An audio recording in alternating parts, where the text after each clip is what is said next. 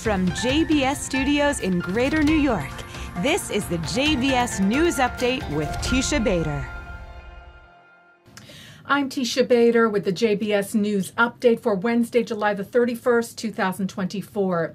We open with the assassination last night of Hamas's political leader, Ismail Haniyeh, killed in an airstrike in Tehran.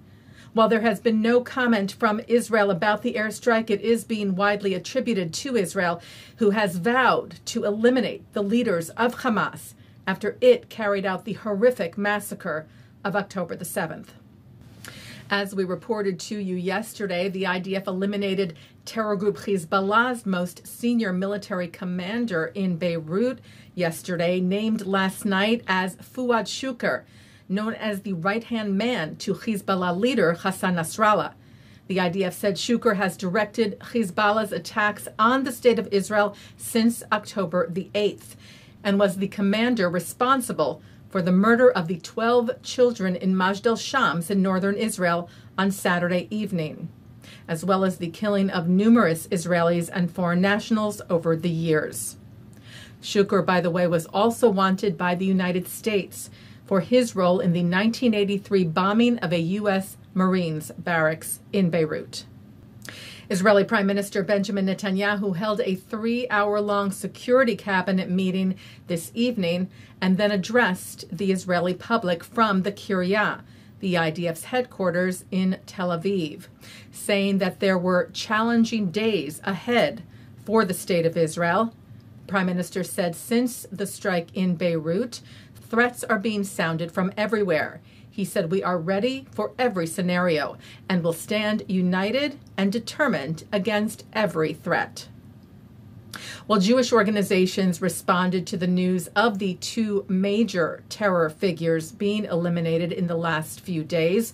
CEO of the Conference of Presidents, William Daroff, wrote, "The world is a safer place today without Haniyeh and Shukr." CEO of the American Jewish Committee, Ted Deutsch, wrote, "Haniyeh and Shukr were terror commanders. Their hands were dripping with the blood of innocent civilians from around the world." Deutsch wrote, "Hamas terrorists massacred 1,200 men, women, and children on October the 7th. Over 250 more were abducted. Citizens of dozens of nations were slaughtered and taken hostage.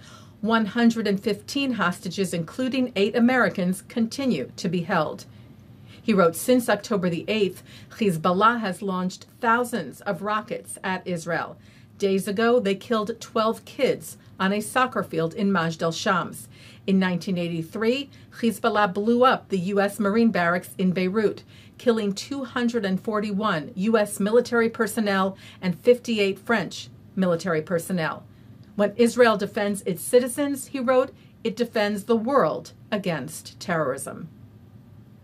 An Israeli man in his 50s was seriously wounded in a terror attack this morning claimed by Hamas, saying it was in retaliation for the Haniyeh assassination. The IDF said a terrorist armed with a gun arrived in his vehicle at the bypass road in the Yehuda Brigade in Samaria, the West Bank, and opened fire at an Israeli citizen, presumably in his vehicle. After that, the terrorist got out of his vehicle and stabbed the citizen. The victim was treated at the scene and then sent to the hospital for further treatment. The IDF conducted a manhunt for the terrorist and several hours later said Israeli forces located and arrested a suspect. Toronto's Jewish community was once again targeted this week with several incidents of arson and vandalism, including signs in front of Kehilat Sha'arei Torah synagogue in North York set on fire last night, and an empty school bus for a Jewish school set on fire several days before. B'nai B'rith Canada noting that several synagogues and businesses and a kosher supermarket were desecrated with vile anti-Israel graffiti over this past weekend. The organization also cited Canada's National Statistics Agency's hate crimes data for 2023, released just a few days ago, which it wrote revealed the shocking reality that Canadian Jews were disproportionately the victims of hate crimes in 2023, representing 70% of all religion-motivated hate crimes, saying this is absurd and unacceptable. urging the city's mayor to step up now and take decisive action to ensure the safety and security of Jewish residents in Toronto. Taking a look now at our programming for tonight on JBS for Wednesday, July the 31st at 7 o'clock. David Harris is joined by Hussain Abdul-Hussain, fellow at the Foundation for the Defense of Democracies, to discuss the Arab nation's perspectives on Israel. At 7:30, it's an exploration of Jews in American comedy. At 8 o'clock, I speak with comedian Modi Rosenfeld to discuss advocating for Israel and how his comedy serves as a respite during these difficult days. Then at 8:30, legendary comedian Jerry Seinfeld discusses his experience of antisemitism, response to him condemning Hamas, and more with renowned journalist Bari Weiss. At 9, a Muslim-Jewish comedy duo talk about their respective personal journeys. At 10, Eric Goldman is joined by Ron Frank to talk about his new documentary, Remembering Gene Wilder, which looks at the legendary comic actor's life and legacy. At 10:30, an encore of this newscast, and coming up next, it's Thinking Out Loud. And that's the JBS News Update for Wednesday, July the 31st, 2024.